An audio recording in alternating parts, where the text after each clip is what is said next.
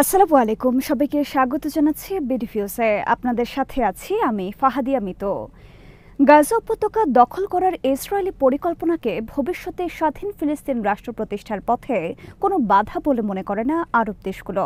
এসব দেশ বরং গাজায় হামাসের নিয়ন্ত্রণ প্রতিষ্ঠা ও সশস্ত্র লড়াইকেই ফিলিস্তিন রাষ্ট্র প্রতিষ্ঠার পথে বড় বাধা বলে মনে করে। এজন্যই পশ্চিমাদের পাশাপাশি আরব দেশগুলোও হামাসকে কেবল অস্ত্র ত্যাগ নয়, গাজা উপত্যকার শাসন করার বা নিয়ন্ত্রণ করা থেকে সরে দাঁড়ানোরও আহ্বান জানিয়েছে। ইসরায়েল যখন কেবল গাজা ও পশ্চিম তীর নয়, এর সাথে মিশর, জর্ডান, লেবানন ও সিরিয়ার বিশাল এলাকা নিয়ে গ্রেটার ইসরায়েল বা বৃহত্তর ইসরায়েল রাষ্ট্র প্রতিষ্ঠার পরিকল্পনা প্রকাশ করছে, সে সময়ে আরব দেশগুলো হামাসকে অস্ত্র সমর্পণের এই আহ্বান জানালেন।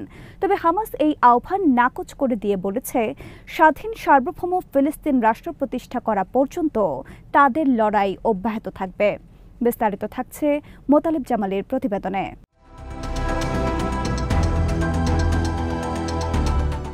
গত ২৮ জুলাই জাতিসংঘ আয়োজিত এক সম্মেলনে গাজায় ইসরায়েলের চলমান ধ্বংসাত্মক যুদ্ধ বন্ধের জন্য সেখানে হামাসের শাসনের অবসান এবং সংগঠনটিকে নিরস্ত্রীকরণের আহ্বান জানিয়েছে কাতার, সৌদি আরব ও মিশরসহ কয়েকটি আরব দেশ। ইসরায়েল ফিলিস্তিন সংঘাতের অবসান ঘটিয়ে একটি দ্বিরাষ্ট্রীয় সমাধানের প্রস্তাব পুনরুজ্জীবিত করতে জাতিসংঘের উদ্যোগে নিউ ইয়র্কে সংস্থাটির সদর দপ্তরে ওই সম্মেলনের আয়োজন করা হয়। সেখানে গৃহীত একটি ঘোষণাপত্রে হামাসের প্রতি এই আহ্বান জানানো হয়।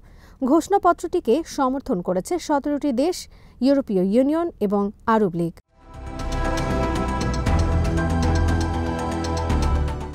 ঘোষণায় বলা হয়, গাজায় যুদ্ধ বন্ধে হামাসকে অবশ্যই এই উপত্যকায় তার শাসনের অবসান ঘটাতে হবে এবং আন্তর্জাতিক অংশগ্রহণ ও সমর্থনের মাধ্যমে ফিলিস্তিনি কর্তৃপক্ষের কাছে অস্ত্র সমর্পণ করতে হবে। এটি একটি সার্বভৌম ও স্বাধীন ফিলিস্তিন রাষ্ট্র প্রতিষ্ঠার লক্ষ্যের সঙ্গে সঙ্গতিপূর্ণ। ফ্রান্স, যুক্তরাজ্য ও কানাডা সহ কয়েকটি পশ্চিমা দেশ এ ঘোষণায় স্বাক্ষর করে। এতে যুদ্ধ শেষে গাজায় স্থিতিশীলতা নিশ্চিত করতে বিদেশি সেনা মোতায়েনের সম্ভাবনার কথাও বলা হয়। তবে এই সম্মেলনে ইসরায়েল ও যুক্তরাষ্ট্র অংশ নেয়নি।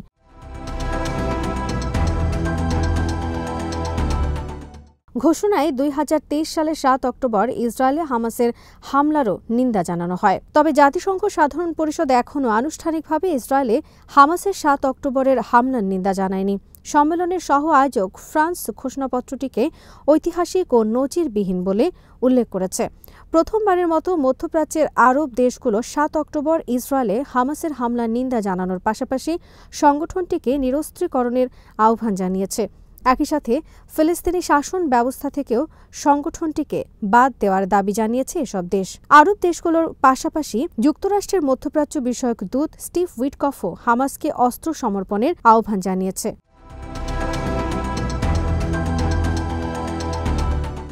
স্বাধীন ও সার্বভৌম ফিলিস্তিন রাষ্ট্র প্রতিষ্ঠার না হওয়ার প্রতিরোধ চালিয়ে যাবার ঘোষণা দিয়েছে হামাস। জাতিসংঘের সদর দপ্তর থেকে দেওয়া এক ঘোষণাপত্রের অস্ত্রত্যাগের আহ্বানের জবাবে এই প্রতিক্রিয়া জানিয়েছে সংগঠনটি। হামাসের সংক্ষিপ্ত বিবৃতিতে বলা হয়েছে, দখলদারির অবসান এবং জেরুজালেমকে রাজধানী করে একটি স্বাধীন ও সার্বভৌম ফিলিস্তিন রাষ্ট্র প্রতিষ্ঠা না হওয়া পর্যন্ত প্রতিরোধ লড়াই থামাবে না তারা।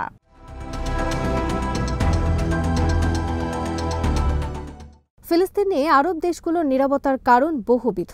এর মধ্যে রাজনৈতিক, অর্থনৈতিক ও কৌশলগত কারণ উল্লেখযোগ্য। বিশেষ করে মিশর, জর্ডান সহ কয়েকটি আরব দেশ যাদের ইসরায়েলের সঙ্গে সীমান্ত আছে, তারা ফিলিস্তিন প্রশ্নে জোরালো বা সাহসী ভূমিকা পালন করার চেয়ে নিজ দেশে স্থিতিশীলতা ও নিরাপত্তা বজায় রাখাকে অধিকতর গুরুত্বপূর্ণ মনে করে।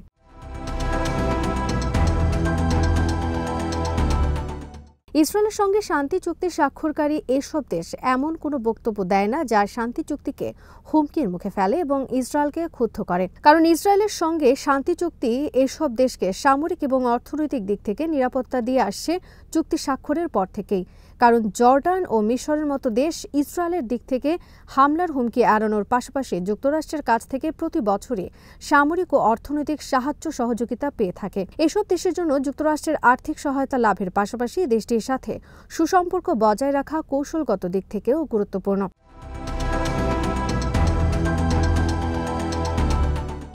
অন্যদিকে সংযুক্ত আরব আমিরাত, বাহরাইন, সুদান ও মরক্কো ডোনাল্ড ট্রাম্পের ক্ষমতার প্রথম মেয়াদে তার উদ্যোগে ২০২০ সালে ইসরায়েলের সঙ্গে সম্পর্ক স্বাভাবিক করার চুক্তি করেছে, যা আব্রাহাম চুক্তি নামে পরিচিত। সৌদি আরবও যুক্তরাষ্ট্রের মধ্যস্থতায় ইসরায়েলের সঙ্গে সম্পর্ক স্বাভাবিক করার আলোচনা চালিয়ে যাচ্ছে গত কয়েক বছর ধরে। অন্যদিকে কাতার ও কুয়েতের সাথে ইসরায়েলের কোনো চুক্তি না হলেও যুক্তরাষ্ট্রের সাথে এসব দেশের ঘনিষ্ঠ সম্পর্ক রয়েছে।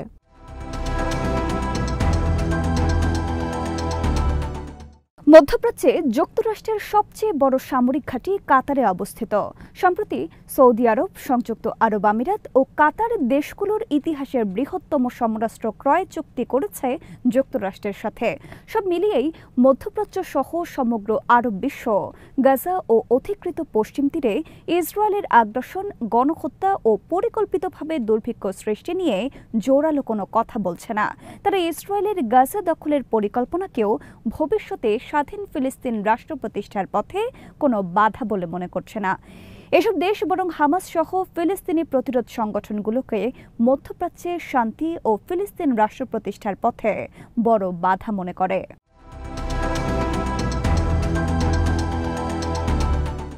আরব দেশগুলো যখন গাজা উপত্যকাকে হামাসের নিয়ন্ত্রণমুক্ত করার কথা বলছে, ইসরায়েল তখন কেবল গাজা ও পশ্চিম তীর দখল করা নয়, বরং জর্ডান, মিশর, লেবানন ও সিরিয়ার বিরাট এলাকা দখল করে গ্রেটার ইসরায়েল বা বৃহত্তর ইসরায়েল প্রতিষ্ঠার পরিকল্পনা প্রকাশ করেছে।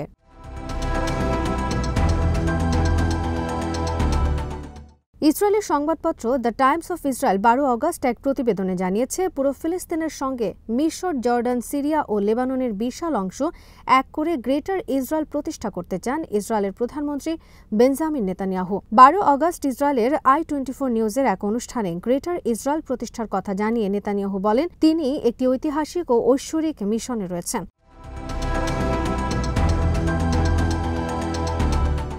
টাইমস অফ ইসরায়েলের প্রতিবেদনে বলা হয়েছে, গ্রেটার ইসরায়েল বলতে ১৯৬৭ সালের জুনের ৬ দিনের যুদ্ধের পর ইসরায়েল ও দেশটির সদ্য দখল করা এলাকাগুলো বোঝায়।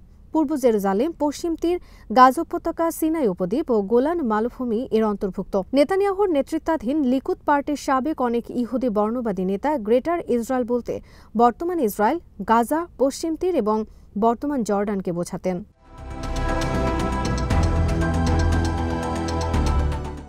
২০২৪ সালের জানুয়ারি মাসে ইসরায়েলি লেখক আভি লিপকিনের একটি সাক্ষাৎকার ভাইরাল হয়। ওই সাক্ষাৎকারে তিনি গ্রেটার ইসরায়েল রাষ্ট্র প্রতিষ্ঠা সম্পর্কে বলেন, এমন একদিন আসবে যেদিন আমাদের সীমানা লেবানন থেকে সৌদি আরবের বিশাল মরুভূমি, ভূমধ্য সাগর থেকে ফোরাত নদী পর্যন্ত বিস্তৃত হবে। ফোরাত নদীর ওপারে যে কুর্দিরা আছেন তারা আমাদের বন্ধু। আমাদের পেছনে ভূমধ্য সাগর ও সামনে কুর্দিস্তান। লেবাননকেও সুরক্ষা দিতে হবে ইসরায়েলের। আমি নিশ্চিত আমরা মক্কা, মদিনা এবং সিনাই দখল করে এই স্থানগুলোকে শুদ্ধ করব।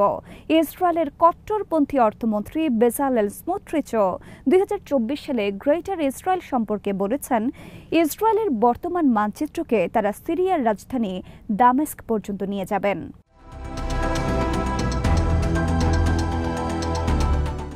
গাজা ও পশ্চিম তীর দখলের প্রক্রিয়ার মাধ্যমে বৃহত্তর ইসরায়েল রাষ্ট্র প্রতিষ্ঠার চেষ্টা শুরু হয়েছে। ইতিমধ্যেই গাজা দখলের প্রধানমন্ত্রী নেতানিয়াহুর প্রস্তাব অনুমোদন করেছে দেশটির নিরাপত্তা বিষয়ক মন্ত্রিসভা। এর আগে অধিকৃত পশ্চিম তীর দখলের একটি প্রস্তাব ইসরায়েলের পার্লামেন্ট নেসেটে পাশ হয়েছে। এই প্রস্তাবকে প্রতীকী বলা হলেও এটি যে প্রকৃত অর্থেই বাস্তবে রূপ নেবে তার নমুনা ইতিমধ্যেই স্পষ্ট হয়ে গেছে।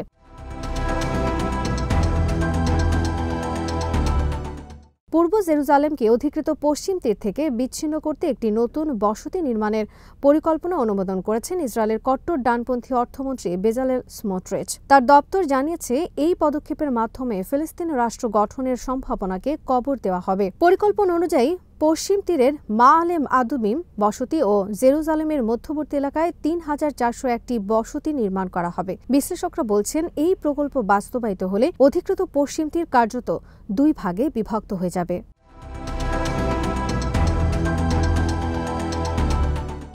আজ এখানেই শেষ করছি। সবাই ভালো থাকুন, সুস্থ থাকুন আর দেখতে থাকুন বিডি ভিউজ। চ্যানেলটি ভালো লাগলে সাবস্ক্রাইব করুন, সংযুক্ত থাকুন আমাদের ফেসবুক পেজে। আল্লাহ হাফেজ।